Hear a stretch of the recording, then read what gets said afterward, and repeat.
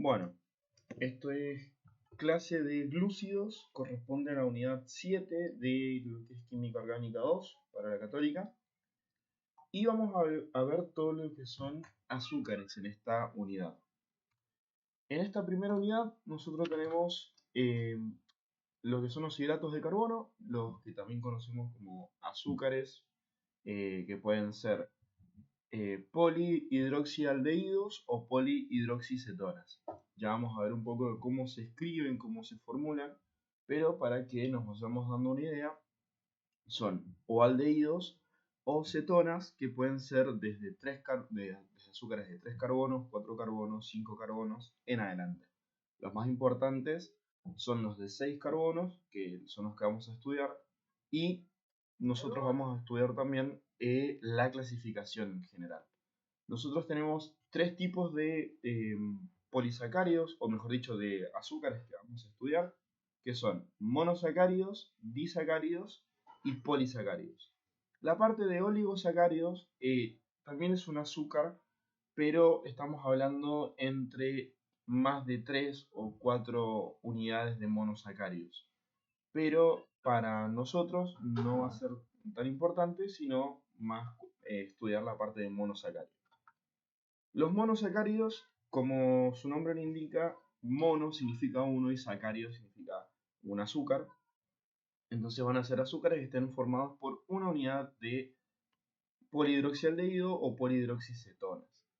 El monosacárido más abundante y el más conocido quizás es la glucosa, que la tenemos acá a la derecha y podemos ver que está formado por un grupo aldehído, siempre estamos hablando de un carbono terminal, y 6 carbonos en forma lineal.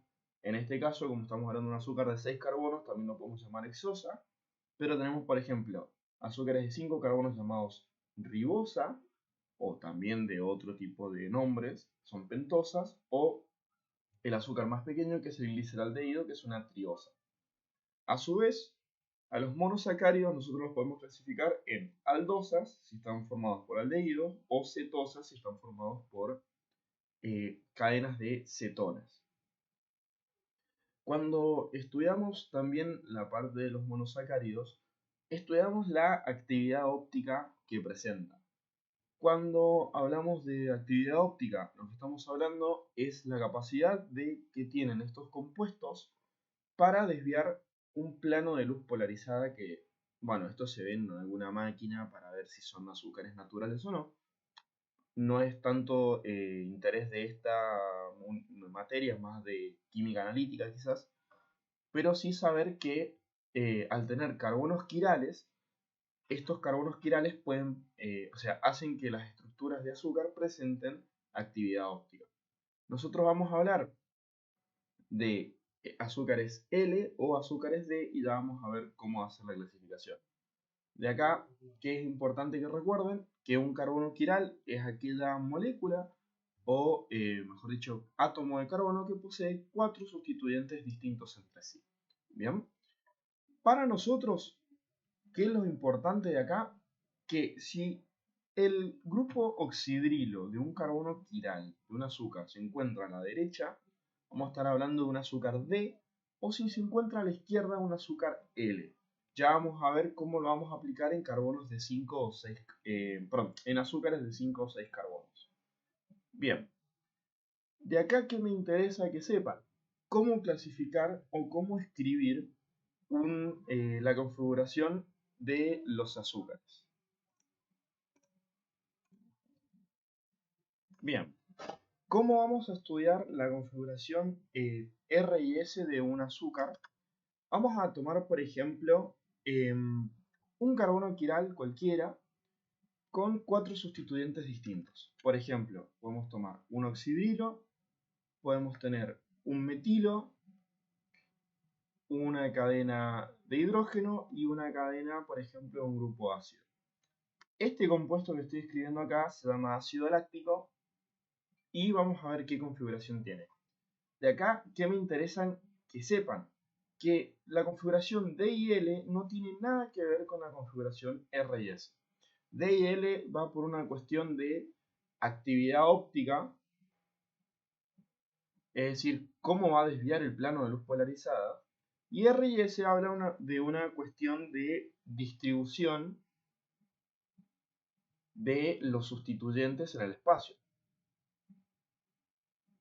Entonces, no necesariamente que un azúcar sea D significa que sea R, por ejemplo. Bien, ¿qué vamos a hacer de acá? Vamos a llevar a esto a la proyección de Fisher, que es la proyección que se utiliza para, a ver si me sale, ahora sí, bien, escribir la configuración de un carbono quiral. Lo que nosotros vamos a hacer es escribir la posición en cómo están de los sustituyentes, y yo lo que tengo que hacer es llevar al hidrógeno a la posición de abajo hacia abajo, que es la posición de menor prioridad, justamente para acá. Entonces, ¿qué hacemos nosotros? Fijamos uno de los sustituyentes, el que más quiera. Obviamente tiene que ser o el de arriba o el de la derecha, porque yo justamente quiero mover el de abajo. Entonces, haciendo este movimiento, sigo con el mismo sentido para intercambiar los sustituyentes, y lo que al final obtengo es una configuración similar a esto que tengo acá. El metilo arriba quedó fijo, entonces lo dejo como está. El grupo ácido vino a la derecha, el grupo oxidrilo vino a la izquierda y el grupo hidrógeno vino hacia abajo.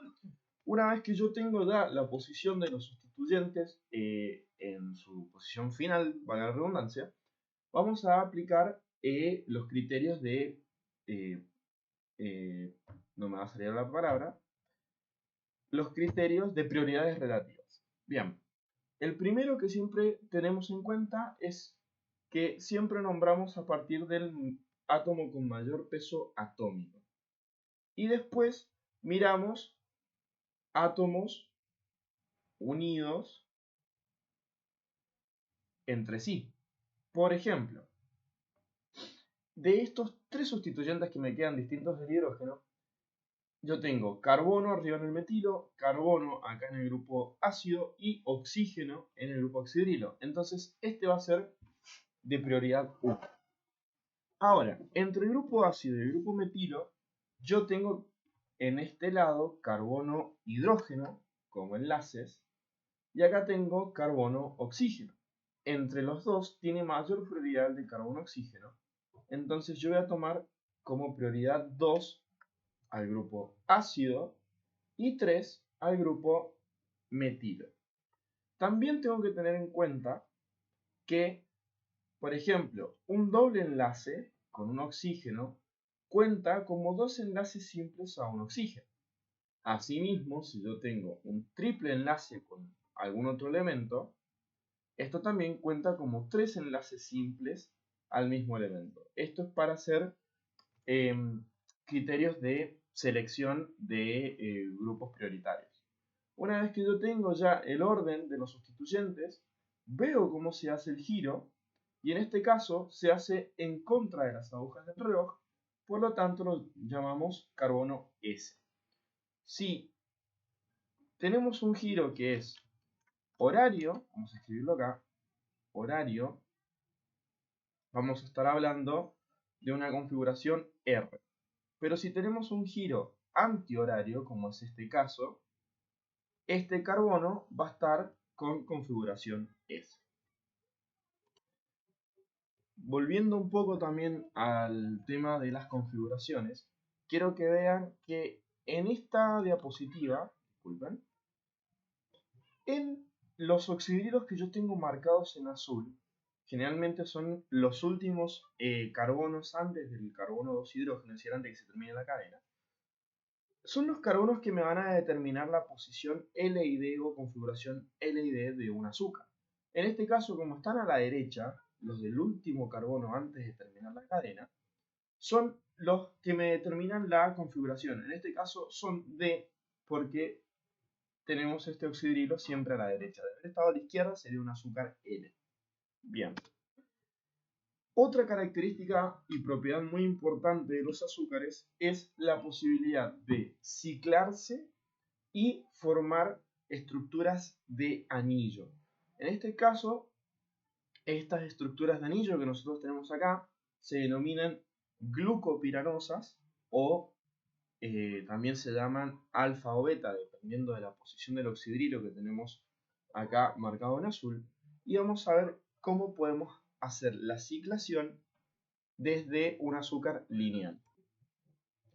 Bien, vamos a partir desde un azúcar lineal, por ejemplo, la glucosa, que vamos a tener el grupo aldehído y vamos a tener 6 carbonos. Yo lo voy a dibujar en proyección de Fischer por una cuestión de que es mucho más cómodo y más rápido para dibujar. La orientación o la posición de los oxidrilos en el azúcar de glucosa es un oxidrilo a la derecha, un oxidrilo a la izquierda y los dos siguientes oxidrilos a la derecha. Por último, terminamos con carbono, hidrógeno 2, oxígeno. Esta sería la molécula de D-glucosa o la glucosa lineal. ¿Cuál es el tema? Nosotros en la glucosa podemos observar una cadena, mejor dicho, un carbono aldehídico, cuya hibridación es sp2. Por lo tanto, estamos hablando de una estructura planar.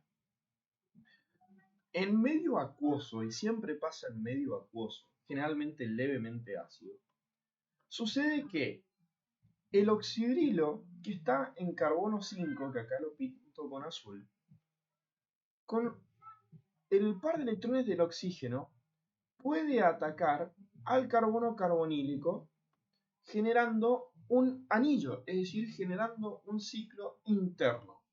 Cuando esto se produce, este doble enlace se deslocaliza para evitar la pentavalencia del oxígeno y con un par de electrones del oxígeno, lo vamos a poner en otro color para que se distinga mejor, ahí lo vamos a poner con rojo, con este par de electrones nosotros vamos a atacar al hidrógeno del oxidrilo. ¿Qué es lo que va a pasar cuando se produzca este ataque? Yo voy a tener ahora el carbono y voy a tener un oxidrilo por acá, un hidrógeno por acá, la cadena lineal, es decir, voy a tener derecha, vamos a escribirlo de nuevo, derecha, izquierda, derecha, pero ahora en el carbono 5 yo voy a tener el oxígeno y lo voy a representar de esta manera. Vamos a hacerlo así, ahí, y acá vamos a poner al oxígeno que está formando un nuevo enlace que ya lo vamos a nombrar, se denomina enlace hemiacetálico,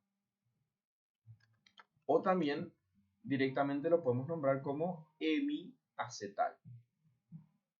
Bien, acá esta sería la forma cíclica en proyección de Fischer de un azúcar, pero algo muy importante es que yo acá, al haber tenido en un principio un carbono que había sido planar, que estamos hablando del caso del carbono Cp2, yo puedo atacar con este par de electrones que estoy pintando en verde por uno u otro lado de la cara, lo que a mí me va a permitir que ese oxígeno quede de uno u otro lado del plano. ¿Qué es lo que estamos teniendo acá? Una posibilidad de dos configuraciones para los azúcares cíclicos y solamente para este carbono, que es el carbono que estoy pintando en rojo, que es el carbono, ahí lo vamos a nombrar anomérico. ¿Qué me interesa acá? Que sepan que siempre lo que quede por derecha del dibujo de Fischer, vamos a nombrarlo como si estuviera por debajo del plano, y lo que queda por arriba del dibujo de Fischer es, perdón, lo que queda por izquierda queda por arriba del plano. ¿Cómo nosotros vamos a representar esto en forma cíclica? Vamos a tener una primera proyección, que es en la proyección de Haworth. Vamos a ver si lo puedo dibujar un poquito mejor. Ahí está. Donde este carbono lo voy a dibujar así, con el oxidrilo de esta manera. Cuando yo represento ese enlace con una forma de ondita, lo que estoy refiriéndome es que este es el carbono anomérico y que me puede quedar tanto mirando o para arriba o para abajo. Después, los oxidrilos que yo tengo, que van a ir en los distintos carbonos que estoy pintando en azul, van a seguir la regla de arriba y abajo. Si está a la derecha, miro, este es el carbono 2, vamos a dibujarlo para arriba, este es el carbono 2 y este es el carbono 2, entonces este está mirando para la derecha, lo dibujo para abajo. El carbono 3 está mirando para la izquierda, lo dibujo para arriba. El carbono 4 lo dibujo para la derecha, está mirando para abajo. Y acá arriba, en el carbono 5, voy a dibujar carbono 2 OH. Este enlace meacetálico es el enlace que yo tengo acá entre el carbono 5 y el carbono 1. Y así queda representado un azúcar de forma cíclica en proyección de Haworth. Ahora, nosotros también, si quisiéramos, podríamos representar esto en forma de pirano o también la que se denomina forma de silla. Forma de silla. Y la forma de silla, vamos a dibujarla acá, tiene más o menos esta estructura. Sepan disculparme, porque la verdad que está bastante complicadito dibujarlo con una tableta, pero bueno. Esto que yo tengo acá es la forma de silla o forma piranósica también de un azúcar, donde yo voy a tener dos tipos de enlaces. Voy a pintar en rojo los axiales, que ¿cómo los identifico? Si la punta está de la punta de este carbono, por ejemplo, está apuntando para abajo, dibujo un axial para abajo. Si la punta apunta para arriba, axial hacia arriba. Axial hacia abajo, axial hacia arriba y axial hacia abajo. Ahora tengo también los enlaces ecuatoriales. Miro de nuevo el primer carbono que lo estoy pintando acá, vamos a ponerle carbono 1, y el axial mira siempre pasando un enlace, es decir, yo estoy sentado acá en el carbono 1, paso un enlace y el siguiente me está dando la dirección del carbono o del enlace ecuatorial que yo tengo que dibujar, y siempre va paralelo.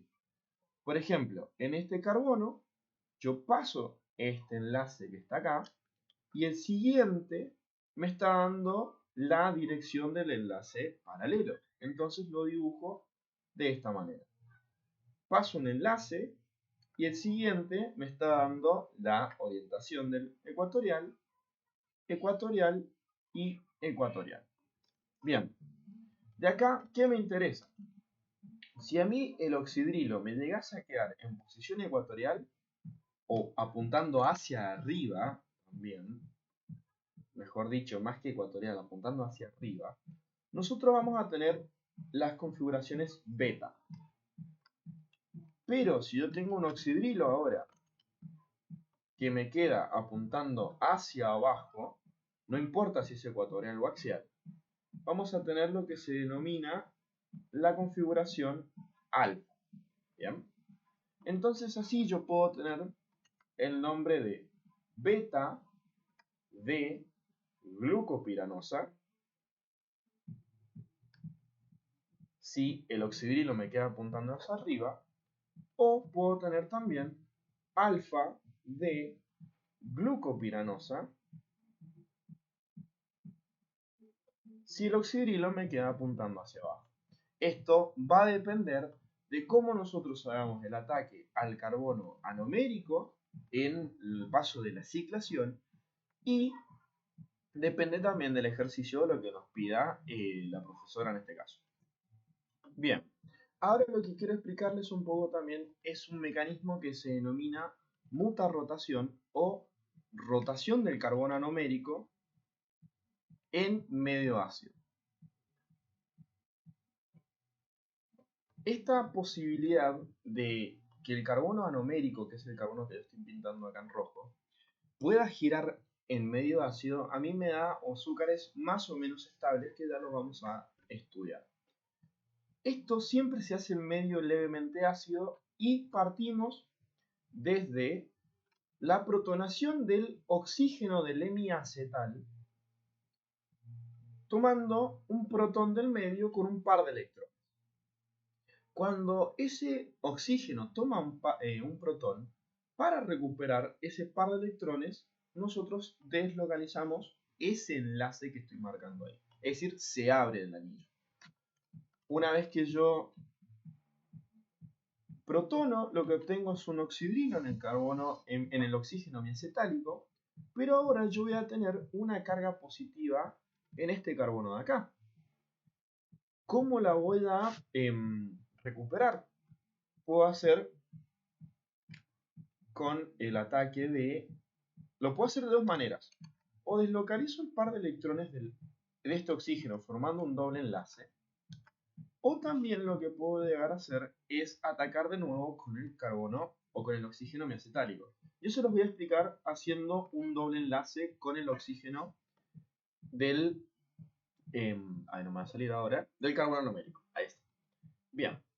Lo que hacemos ahora es formar un doble enlace con el par de electrones del oxígeno biacetálico y este hidrógeno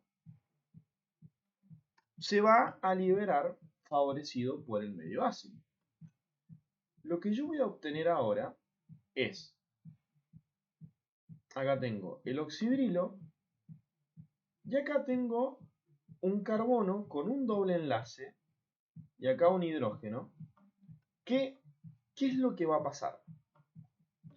Ahora yo lo que voy a tener es que este carbono, el carbono hemiacetálico, se volvió un carbono sp2. Entonces, ahora yo lo que necesito es que se produzca un ataque desde el oxígeno hemiacetálico de nuevo a este carbono, pero ¿cuál es el tema? Cuando yo ataque, lo que voy a tener ahora es, vamos a hacerlo ahí, el oxidrilo y acá voy a tener esto así.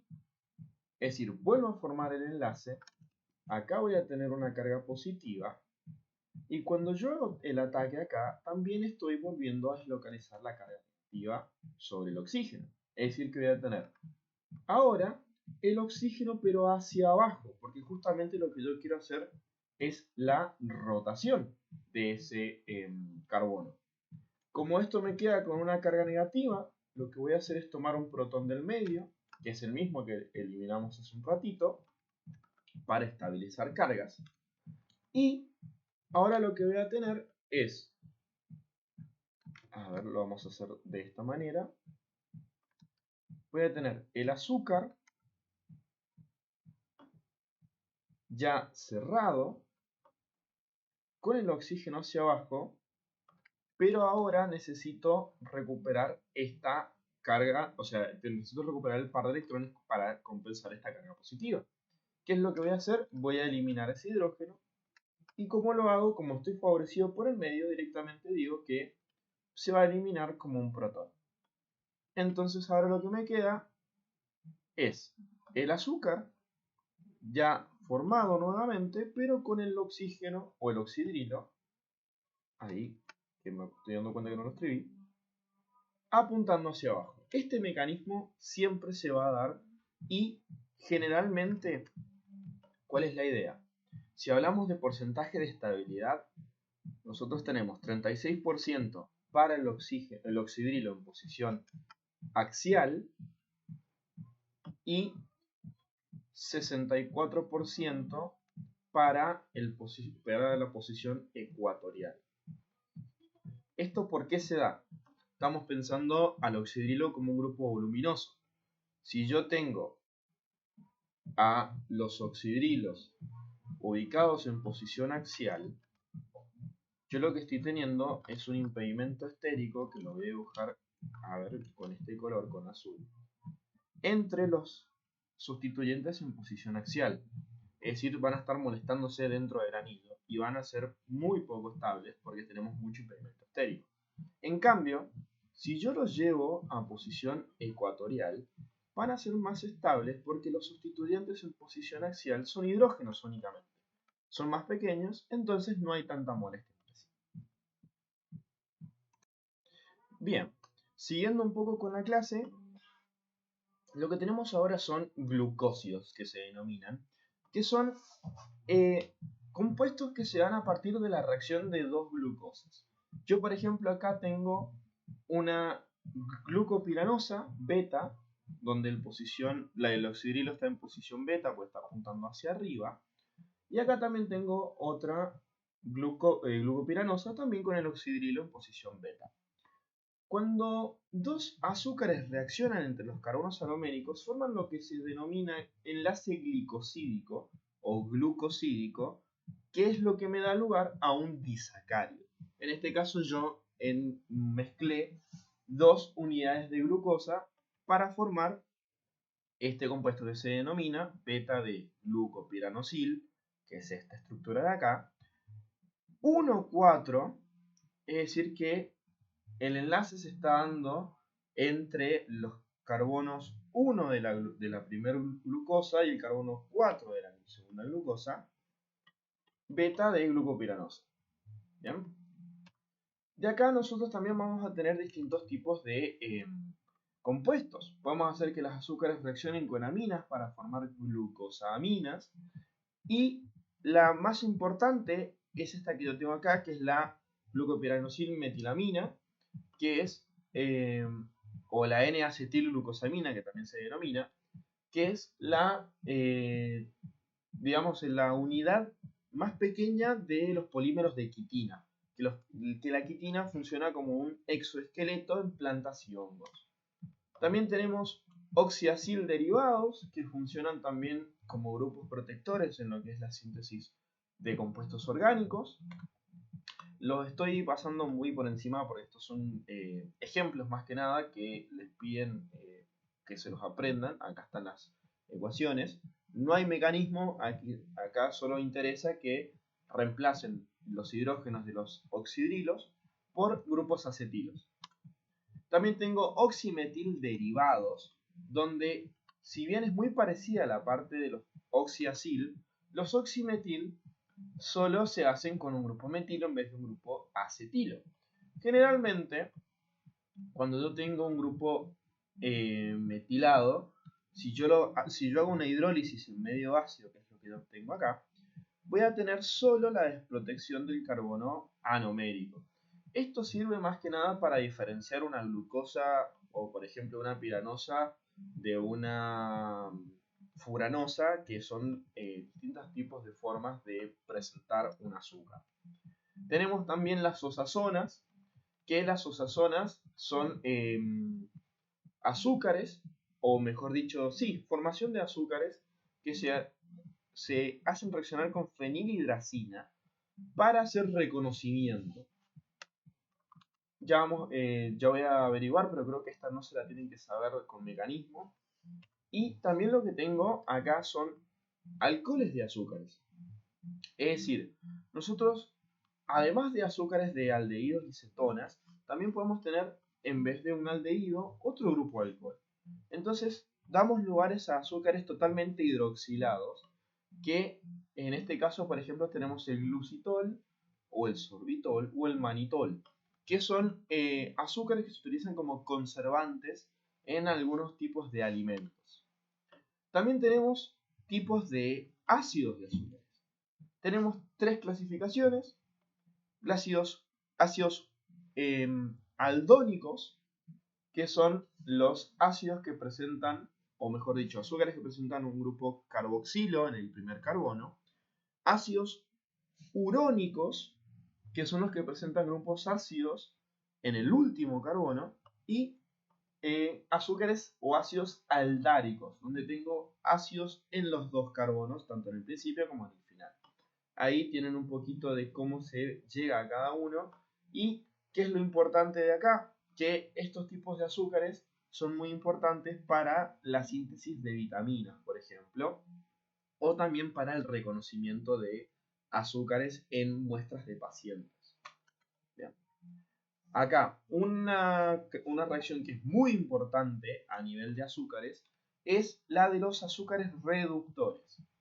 Cuando nosotros hablamos de un azúcar reductor, estamos hablando de un azúcar cualquiera. Generalmente en realidad son azúcares aldehídicos, no cetósicos, aldehídicos, que lo que tienen es un extremo libre, ya sea de algún oxidrilo, que reacciona con iones cobre para oxidarse a un azúcar, ya sea aldónico o aldárico, dependiendo del tipo de azúcar, y genera un precipitado rojo ladrillo. Este precipitado rojo ladrillo funciona como un identificador de azúcares reductores. Ya vamos a ver cuáles son los azúcares reductores más comunes, pero para que se den una idea, todos los azúcares que sean monosacarídicos, es decir, como por ejemplo glucosa, fructosa, ribosa, maltosa, no, perdón, maltosa no, ribosa, bueno, no se me vienen a la mente porque son tantos azúcares, son azúcares reductores. Hay azúcares que también son reductores, como los disacáridos, pero no todos. Por ejemplo, acá yo tengo un disacárido que es la unión de dos monosacáridos a partir de una unión glucosídica. Acá están representadas los 4 más importantes, donde tenemos maltosa, que son 2 unidades de glucosa, lactosa, que es una unidad de galactosa y una unidad de glucosa, sacarosa, que es el azúcar de mesa que nosotros consumimos normalmente, que es una unidad de glucosa y una unidad de fructosa, y la celobiosa, que son 2 unidades de glucosa, pero en unión beta. ¿Cuál es la cuestión acá?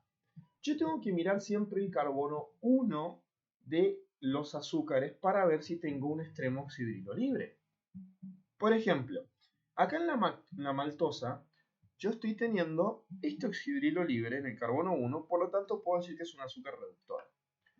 Acá en la lactosa, también en el carbono 1, tengo un oxidrilo libre. También digo que es un azúcar reductor. En la celobiosa pasa lo mismo, pero en la sacarosa, si yo me fijo, el carbono 1 está ocupado haciendo la unión glucosídica y el carbono 2, en este caso de la fructosa, que es una furanosa, este anillo de 5 carbonos, también está ocupado. Entonces, acá no tengo extremo libre de oxidrilo, por lo tanto, acá abajo, también se los deja marcado, no es un azúcar con características reductoras, es decir, que no es un azúcar que se lo pueda identificar mediante la reacción de cobre que vimos recién. Pero hay una forma de poder hacerlos identificar y es haciendo la hidrólisis. Una hidrólisis, recuerden chicas, que estamos hablando de la ruptura en medio acuoso. En este caso, estamos hablando de la ruptura del enlace glucosídico para liberar los monosacáridos que forman este azúcar. Esto siempre se produce generalmente en un medio levemente ácido o un medio acuoso, donde si yo hago la hidrólisis voy a tener a los azúcares en su forma monosacarídica, pero si yo hago una condensación, es decir, los vuelvo a unir, vuelvo a su forma disacárida. Esto da lugar a azúcares invertidos, que los azúcares invertidos se usan mucho también en la industria de la alimentación. Por último, tenemos los denominados polisacáridos, que son muchas unidades de monosacáridos que se encuentran unidos entre sí. Generalmente somos polisacáridos, que son cadenas largas de azúcares formadas por un solo tipo de azúcar, o heteropolisacáridos, donde tenemos más de una unidad de azúcar. De acá, ¿qué me interesa que sepan? Que estudiemos el almidón. El almidón son 2 unidades de azúcar, una que se llama amilosa, que está formada por unidades de D-glucosa unidas por enlaces alfa 1,4, que son estas cadenas lineales de acá abajo, y la amilopectina, que es una cadena de también de glucosa, pero involucra también uniones 1,6, es decir, que sería toda esta estructura que estamos viendo. Si solo miramos la parte de abajo, hablamos de amilosa. Si hablamos todo junto, hablamos de amilopectina. Ahora, cuando tenemos muchas ramificaciones y muchas unidades de estos tipos de azúcares, es lo que se conoce como almidón. Acá ponemos un ejemplo. La amilosa es un azúcar lineal y siempre va unida en uniones glucosídicas alfa 1,4. Y la amilopectina siempre va a tener uniones alfa 1,6. Siempre lo vamos a ver de forma ramificada. ¿Dónde vamos a tener importancia de estas uniones glucosídicas? En el péptido glicano bacteriano. Si han cursado microbiología, lo que es peptidoglicano les tiene que sonar mucho porque estamos hablando de la pared bacteriana y su diferenciación en bacterias gram positivas y gram negativas. Una de las proteínas, o mejor dicho, uno de los azúcares que es constituyente de ese peptidoglicano es el azúcar N-acetilmurámico y la N-acetilglucosamina, que también se encuentra en los compuestos de quitina formando la pared de hongos y plantas. Hasta acá llega la clase de azúcares, así que cualquier cosita después me pueden consultar o pueden rever la clase. Saludos.